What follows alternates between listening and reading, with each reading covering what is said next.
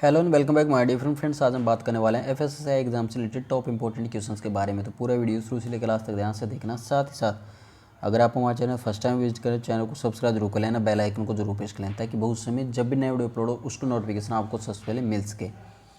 Friends, अगर आपको हमारे प्रीवियस वीडियो देखने तो प्ले लिस्ट में जाकर आप देख सकते हैं, या फिर प्रीवियस वीडियो में जाकर आप देख सकते हैं। वहाँ पर आपको सब वीडियोज़ के लिंक मिल जाएंगे। अगर आपको जीके से रिलेटेड इंपॉर्टेंट वीडियोज़ के लिंक देखने हैं तो नीचे डिस्क्रिप्शन बॉक्स में आपको डायरेक्टली उसका लिंक मिल जाएगा, तो वहाँ से डायरेक्टली देख लेना। ठीक है।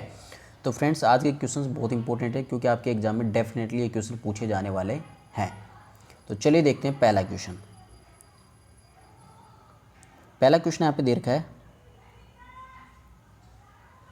Calories provided by 1 gram of fat is. 1 ग्राम वसा के द्वारा प्रदान की जाने वाली कैलोरी कितनी होती है। ये क्वेश्चन आपके एग्जाम में पूछा गया है। बहुत इंपॉर्टेंट क्वेश्चन है, ध्यान से देखना। ठीक है। साथ में जो एक्स्ट्रा चीज़ें मैं बता रहा हूँ उनको भी आपको ध्यान से देखना है। ठीक है।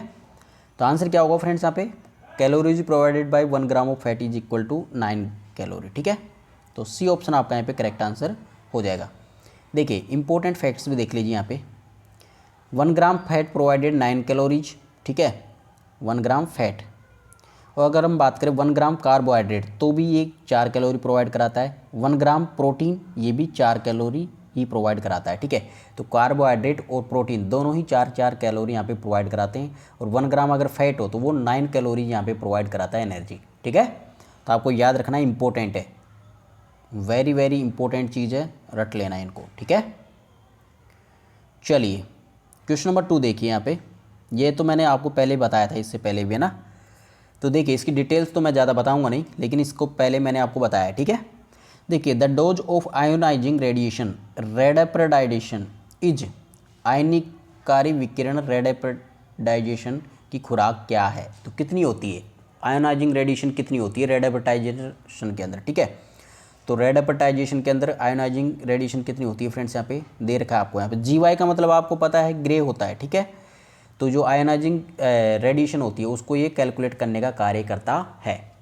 तो देखिए फ्रेंड्स, यहाँ पे रेडाप्रेडाइजेशन के अंदर कितनी होनी चाहिए आयोनाइजिंग, जो आयोनाइजिंग रेडिएशन है वो। तो 4 ऑप्शन आपके सामने दे रखे हैं। तो आंसर होगा यहाँ पे ऑप्शन नंबर बी, 3 kGy। ठीक है। तो 3 किलो ग्रे इतनी होनी चाहिए। अब देखिए फ्रेंड्स, यहाँ पे कुछ इंपॉर्टेंट चीज़ें और बता देता हूँ मैं। तो रेडिएशन होती है उसके लिए आपको यहाँ पे डोज ऑफ रेडिएशन कितनी होनी चाहिए, 2.5 to 10 kGy होनी चाहिए। ठीक है। और अगर हम बात करें रेडाप्रेडाइजेशन की तो यहाँ पे डोज ऑफ इरिडेशन कितनी होनी चाहिए, 3 kGy, ये जो अभी आपको मैंने क्वेश्चन में बताया था। ठीक है। और अगर हम बात करें यहाँ पर रेडुराइजेशन के बारे में तो यहाँ पे डोज ऑफ इरिडेशन कितनी होनी चाहिए, 0.75 to 2.5 kGy यहाँ पे होनी चाहिए। बहुत इंपॉर्टेंट है, रट लेना फ्रेंड्स, यहाँ पे एग्जाम में पूछा जाएगा ये। ठीक है। तो चलिए देखते हैं नेक्स्ट क्वेश्चन। हाँ जी, इसमें आपसे पूछा गया कि anti nutrients are also termed as. विरोधी पोषक तत्वों को क्या किस नाम से जाना जाता है, फिर उनको क्या कहा जाता है। ठीक है। तो जो एंटी न्यूट्रिएंट्स होते हैं, ठीक है, तो उनको क्या किस अन्य किस नाम से जाना जाता है, तो उनको नेचुरल टॉक्सिटेंट के नाम से भी इनको जाना जाता है, प्राकृतिक विषाक्त के नाम पे से। ठीक है। तो नेचुरल टॉक्सिकेंट यहाँ पे आपका राइट आंसर हो जाएगा। जो एंटी न्यूट्रिएंट्स होते हैं उनको किस नाम से जाना जाता है, अन्य नेचुरल टॉक्सिकेंट के नाम से जाना जाता है। ठीक है। चलिए नेक्स्ट क्वेश्चन देखते हैं यहाँ पे। Question number 4, water soluble vitamin include. पानी में घुलनशील विटामिन शामिल है, मतलब जो वाटर सोल्यूबल विटामिन है वो कौन कौन से हैं। देखिए इसके बारे में मैंने डिटेल से, तो आपको मैंने इससे जस्ट प्रीवियस वीडियो बताया था, उसमें आपको पूरी डिटेल्स मिलेगी, सब चीज़ें एक एक वीडियो एक दूसरे से यहाँ पे जुड़े हुए हैं, तो उसके अंदर मैंने आपको सब कुछ बताया था। ठीक है। तो यहाँ पे आंसर ही बताऊंगा मैं ओनली। वाटर सोल्यूबल विटामिन कौन सा होता है, एस्कॉर्बिक एसिड, जिसको हम विटामिन सी भी बोलते हैं। ठीक है। तो एस्कॉर्बिक एसिड आपका राइट आंसर हो जाएगा। विटामिन सी भी यहाँ पे इसको कहा जाता है। ठीक है। तो बी ऑप्शन बिल्कुल आपका यहाँ पे करेक्ट आंसर हो जाएगा। वैसे अगर वाटर सोल्यूबल विटामिन की बात करें तो यहाँ पे बी कॉम्प्लेक्स और विटामिन सी दोनों ही यहाँ पे वाटर सोल्यूबल होते हैं। ठीक है। चलिए नेक्स्ट क्वेश्चन देखते हैं यहाँ पे। Question number 5। क्वेश्चन नंबर 5 में आपसे पूछा गया है, excess glucose gets stored in liver in the form of. जो एक्सिस ग्लूकोज होता है वो हमारे जो लीवर है उसके अंदर किस रूप में जमा होता है, ये क्वेश्चन आपसे यहाँ पे पूछा गया है। तो आंसर क्या होगा फ्रेंड्स यहाँ पे, तो वो जमा होता है हमारे लीवर के अंदर ग्लाइकोजन के रूप में। ठीक है। तो यहाँ पे डी ऑप्शन आपका बिल्कुल करेक्ट आंसर हो जाएगा। किस रूप में जमा होता है, ग्लाइकोजन। अब देखिए यहाँ पे कुछ इंपॉर्टेंट चीज़ और बता देता हूँ मैं आपको फ्रेंड्स। यहाँ पे इंपॉर्टेंट फैक्ट्स देखिए, जो इंसुलिन होता है वो क्या करता है, ग्लूकोज को ग्लाइकोजन में कन्वर्ट करने का कार्य करता है, ये आपको याद रखना है, ठीक है। कौन सा यूज़ करता है, ये क्या काम करता है इंसुलिन, ग्लूकोज को यहाँ पे ग्लाइकोजन के अंदर कन्वर्ट करने का कार्य करता है। और देखिए जो हमारी बॉडी होती है वो यूज करती है ग्लाइकोजन को कैसे, as a fuel between meals, ठीक है। मतलब कि जब हम खाना खाते हैं, ठीक है, तो उस दौरान हमारे शरीर में ग्लाइकोजन को ये यूज करती है किसके रूप में, फ्यूल के रूप में। हमारी जो बॉडी होती है वो ग्लाइकोजन को फ्यूल के रूप में यूज करती है, ठीक है। तो आंसर क्या हो जाएगा यहाँ पे, ग्लाइकोजन, ठीक है। इसका excess glucose gets stored in liver in the form of glycogen. चलिए नेक्स्ट क्वेश्चन देखते हैं यहाँ पे, क्वेश्चन नंबर 6। इसमें आपसे पूछा गया है, देखिए benzoic acid is mostly used to preserve coloured products because, benzoic acid का उपयोग ज़्यादातर रंगीन उत्पादों को सुरक्षित करने के लिए किया जाता है, क्योंकि क्यों किया जाता है। देखिए पहले तो ये मैं आपको एक चीज़ बताता हूँ, यहाँ पे जो बोला गया है कि यहाँ पे कलर्ड प्रोडक्ट्स है ना, कलर्ड प्रोडक्ट्स बोला गया ना, इसका मतलब क्या होता है, कलर्ड प्रोडक्ट्स का मतलब होता है कि जिनके अंदर रंग होता है, रंग भरा होता है। रंग का मतलब कि फॉर एग्जांपल जैसे टोमेटो है, टमाटर के अंदर कौन सा रंग होता है, लाल रंग होता है, तो ये कलर्ड प्रोडक्ट्स है ना। तो कलर्ड प्रोडक्ट्स के लिए इसको यूज किया जाता है बेंजोइक एसिड का। जो भी जितने भी टाइप के कलर्ड प्रोडक्ट होते हैं, जैसे फॉर एग्जांपल टमाटर की तरह, ठीक है, जिनका अपना एक स्पेशल कलर होता है, मतलब कि डार्क कलर होता है, ठीक है। तो वैसे जो प्रोडक्ट्स होते हैं उनको प्रिजर्व करने के लिए बेंजोइक एसिड का यूज किया जाता है। और क्यों किया जाता है, 4 ऑप्शन आपके सामने दे रखे हैं, तो आंसर होगा यहाँ पे because it may darken the product, क्योंकि ये प्रोडक्ट को और भी डार्क कर सकता है। अगर यहाँ पे कुछ ऐसा प्रोडक्ट हुआ जिसको हम डार्क करना नहीं चाहते और उसको डार्क कर दिया तो फिर गड़बड़ हो जाएगी। तो कम से कम ऐसे प्रोडक्ट्स को इसमें यूज़ किया जाता है जिसका कलर भी ऑलरेडी डार्क टाइप का ही हो, ठीक है, तो उसको और ज़्यादा गहरा कलर मिले, मतलब लाल है तो और ज़्यादा लाल हो जाए तो अच्छा लगेगा वो, है ना। तो इस प्रकार के प्रोडक्ट्स के लिए यूज़ किया जाता है यहाँ पे बेंजोइक एसिड को, क्योंकि इट में डार्कन द प्रोडक्ट, क्योंकि ये प्रोडक्ट को और भी डार्क कर देता है। डार्कन का मतलब गहरा कर देता है। काला यहाँ पे ये बिल्कुल वर्ड गलत है, यहाँ पे काला नहीं, यहाँ पे डार्कन का मतलब होता है गहरा कर देता है इसको ना। तो यहाँ पे बी ऑप्शन बिल्कुल आपका यहाँ पे राइट आंसर हो जाएगा, बी ऑप्शन, इट में डार्कन द प्रोडक्ट। देखिए यहाँ पे कुछ इंपॉर्टेंट चीज़ें आपको मैं और बता देता हूँ, देखिए बहुत इंपॉर्टेंट है यहाँ पे। देखिए sodium benzoate was the first chemical preservative permitted in foods by the FDA। FDA के द्वारा जो पहला फूड्स के अंदर यूज किया जाने वाला प्रिजर्वेटिव था, केमिकल प्रिजर्वेटिव था, वो कौन सा था यहाँ पे, सोडियम बेंजोएट, जिसको पहले बार इसको यहाँ पे परमिशन दी गई थी कि हाँ you can use the sodium benzoate, ठीक है। तो यहाँ पे सोडियम बेंजोएट को यहाँ पे सबसे पहले यहाँ पे परमिशन दी गई थी FDA के द्वारा, ठीक है। तो रट लेना, इंपॉर्टेंट है, इसलिए मैंने आपको यहाँ पे बताया। Sodium benzoate first chemical preservative था जिसको कि यहाँ पे FDA द्वारा परमिशन मिली थी यूज करने की, ठीक है। देखिए इंपॉर्टेंट केमिकल प्रिजर्वेटिव की अगर हम बात करें तो यहाँ पे देखिए 3 टाइप के होते हैं, एक तो बेंजोइक एसिड होता है, एक सोर्बिक एसिड होता है, एक प्रोपियोनिक एसिड होता है, ठीक है। तो याद रख लेना, इंपॉर्टेंट है, डायरेक्टली आपको यही पूछा जाएगा, ठीक है। चलिए क्वेश्चन नंबर 7 देखिए, यहाँ पे क्वेश्चन नंबर 7 में आपसे पूछा गया है कि if a manufacturing company does not adhere to CGMP regulations, यदि कोई निर्माण कंपनी CGMP विनियमों का पालन नहीं करती है तो क्या किया जाएगा उसके साथ में। तो जो भी कोई मैन्युफैक्चरिंग कंपनी है वो अगर CGMP के बारे में मैंने आपको कल बताया था ना, तो पिछली वाली वीडियो में जाके आप देख लेना CGMP क्या होता है, ठीक है। तो CGMP के बारे में मैंने आपको खूब अच्छे से डिटेल से बताया था, CGMP की फुल फॉर्म वगैरह सब कुछ, तो CGMP को वहाँ पे जाके देख लेना, ठीक है। तो जो CGMP की रेगुलेशंस को अगर कोई कंपनी यहाँ पे फॉलो नहीं करती है, ठीक है, तो उसके साथ में क्या किया जाएगा, तो उसके साथ में क्या किया जाएगा फ्रेंड्स, यहाँ पे any drug manufactured by such company will be considered as adulterated, ठीक है। तो यहाँ पे एडल्टरेटेड यहाँ पे उसको घोषित कर दिया जाएगा, ठीक है। एडल्टरेटेड का मतलब क्या होता है फ्रेंड्स, यहाँ पे मिलावटी, मतलब दवा के अंदर वो मिलाने वाली कंपनी है। तो यहाँ पे ए ऑप्शन बिल्कुल आपका यहाँ पे राइट आंसर हो जाएगा। ऐसी कंपनी को अगर CGMP रेगुलेशंस को अगर वो फॉलो नहीं करती है तो उसको एडल्टरेटेड यहाँ पे घोषित कर दिया जाएगा, ठीक है। एडल्टरेटेड इंपॉर्टेंट है, रट लेना इस वर्ड को, बहुत इंपॉर्टेंट है ये, ठीक है। क्वेश्चन भी बहुत ज़्यादा इंपॉर्टेंट है, वेरी वेरी इंपॉर्टेंट क्वेश्चन है ये, ठीक है। चलिए नेक्स्ट क्वेश्चन देखते हैं यहाँ पे, क्वेश्चन नंबर 8। हाँ जी, authority jointly responsible for implementation and enforcement of FSSA 2006 is, जो FSSA एक्ट 2006 है उसके कार्यान्वयन और प्रवर्तन के लिए संयुक्त रूप से जिम्मेदार प्राधिकरण कौन सा है, ये क्वेश्चन आपसे यहाँ पे पूछा गया है। तो authority jointly responsible for implementation and enforcement of FSSA 2006 is responsible FSSAI and state food authority. तो डी ऑप्शन बिल्कुल यहाँ पे आपका राइट आंसर हो जाएगा, रट लेना, इंपॉर्टेंट क्वेश्चन है बहुत ही ज़्यादा, ठीक है। तो जो जॉइंट ऑथोरिटी है, ठीक है, ऑथोरिटी जॉइंटली रेस्पॉन्सिबल है इस चीज़ के लिए, इम्प्लीमेंटेशन और एनफोर्समेंट के लिए, किस चीज़ के लिए, जो FSSA food safety and standard act 2006 है उसको इम्प्लीमेंट करने और उसको एनफोर्समेंट करने के लिए जो ऑथोरिटी जॉइंटली रेस्पॉन्सिबल है वो कौन सी यहाँ पे, FSSAI और स्टेट फूड ऑथोरिटी, ठीक है। रट लेना, इंपॉर्टेंट है, बहुत ही ज़्यादा इंपॉर्टेंट है, बहुत ही ज़्यादा इंपॉर्टेंट है, 1 नंबर पक्का है यहाँ पे, पक्का, ठीक है। तो देखिए अब इसके बारे में कुछ इंपॉर्टेंट फैक्ट्स आपको मैं और बता देता हूँ, वैसे तो मैंने बता रखे हैं फैक्ट्स, है ना, लेकिन इसको एक बार वापस मैं शॉर्टली में बता देता हूँ। देखिए FSSAI की फुल फॉर्म आपसे पूछी जा सकती है, food safety and standard authority of India होती है। हेडक्वार्टर आपसे पूछा जाता है तो न्यू दिल्ली आपका यहाँ पे राइट आंसर होगा। चेयरपर्सन यहाँ पे पूछा जाता है तो वर्तमान में अगर यहाँ पे प्रेजेंट की बात की जाए, ठीक है, तो प्रेजेंट में कौन है यहाँ पे, राजेश भूषण है, ठीक है, तो राजेश भूषण यहाँ पे आपका बिल्कुल राइट आंसर होगा। चीफ एग्जीक्यूटिव ऑफिसर वर्तमान की बात की जाए तो कौन है यहाँ पे, अरुण सिंघल है, ठीक है। तो ये चीज़ें आपको यहाँ पे रटनी है FSSAI के बारे में। अब देखिए यहाँ पे आगे बात करते हैं, अगर आपसे यहाँ पे पूछा जाता है यहाँ पे WHO के बारे में, ठीक है, तो देखिए WHO की फुल फॉर्म होती है वर्ल्ड हेल्थ ऑर्गेनाइजेशन। हेडक्वार्टर की बात की जाए तो जेनेवा स्विट्जरलैंड में इसका हेडक्वार्टर स्थित है। डायरेक्टर जनरल की बात की जाए तो टेड्रोस एडानोम इसके डायरेक्टर जनरल है।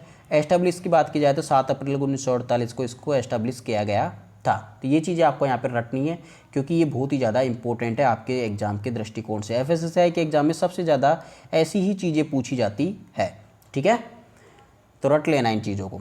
चलिए नेक्स्ट बात करते हैं यहाँ पे, देखिए FAO के बारे में। तो FAO के बारे में भी आपको रटना है। FAO की फुल फॉर्म क्या होती है, फूड एंड एग्रीकल्चर ऑर्गेनाइजेशन, ठीक है। FAO की फुल फॉर्म क्या होती है, food and agriculture organisation. Headquarter की बात की जाए तो यहाँ पे क्या है, यहाँ पे रोम में स्थित है, जो कि कहाँ पे स्थित है, इटली में, ठीक है। डायरेक्टर जनरल की बात की जाए तो क्यू डोंग्यू है, जो कि कहाँ के हैं, यहाँ पे चाइना के हैं ये, है ना, तो रट लेना इसको।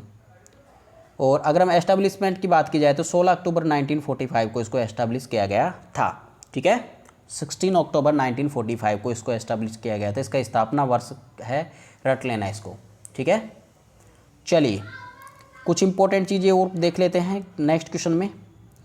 देखिए example of A commercially sterile product is, sterile का मतलब होता है जीवाणु रहित, ठीक है। तो जो कमर्शियली जीवाणु रहित प्रोडक्ट है उसका एग्जाम्पल इनमें से कौन सा है, जो कमर्शियली स्टेराइल प्रोडक्ट्स हैं उसका एग्जाम्पल यहाँ पे देखिए 4 ऑप्शन आपके सामने दे रखे हैं, आंसर होगा यहाँ पे कैन फूड, ठीक है।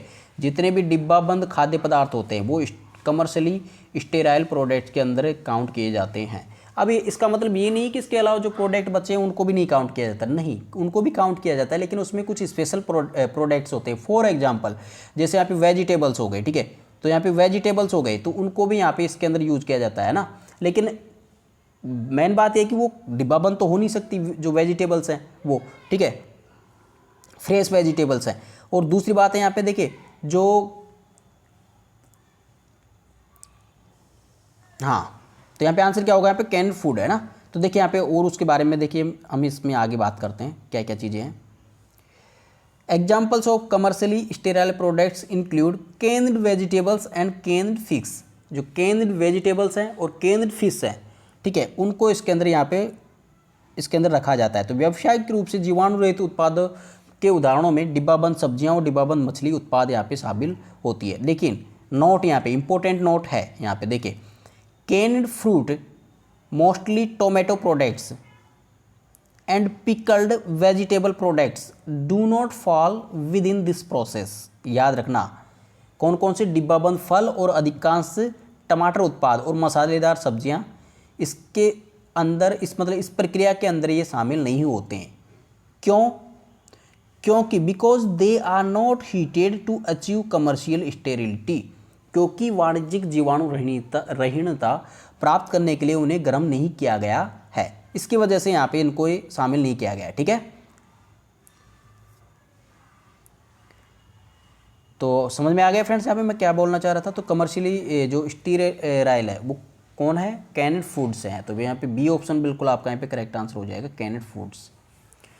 चलिए नेक्स्ट क्वेश्चन देखते हैं यहाँ पे क्वेश्चन नंबर 10। इसमें आपसे पूछा गया है the standard plate count is not applicable to, मानक प्लेट गणना लागू नहीं होती, किसके ऊपर यहाँ पे लागू नहीं होती। तो देखिए जो standard plate count is not applicable to, जो फ्रेश फ्रूट्स और वेजिटेबल्स होते हैं उसके ऊपर ये लागू नहीं होती। यहाँ पे सी ऑप्शन बिल्कुल आपका यहाँ पे राइट आंसर हो जाएगा। क्यों, देखिए पहले तो आपको मैं बताता हूँ स्टैंडर्ड प्लेट काउंट क्या होता है।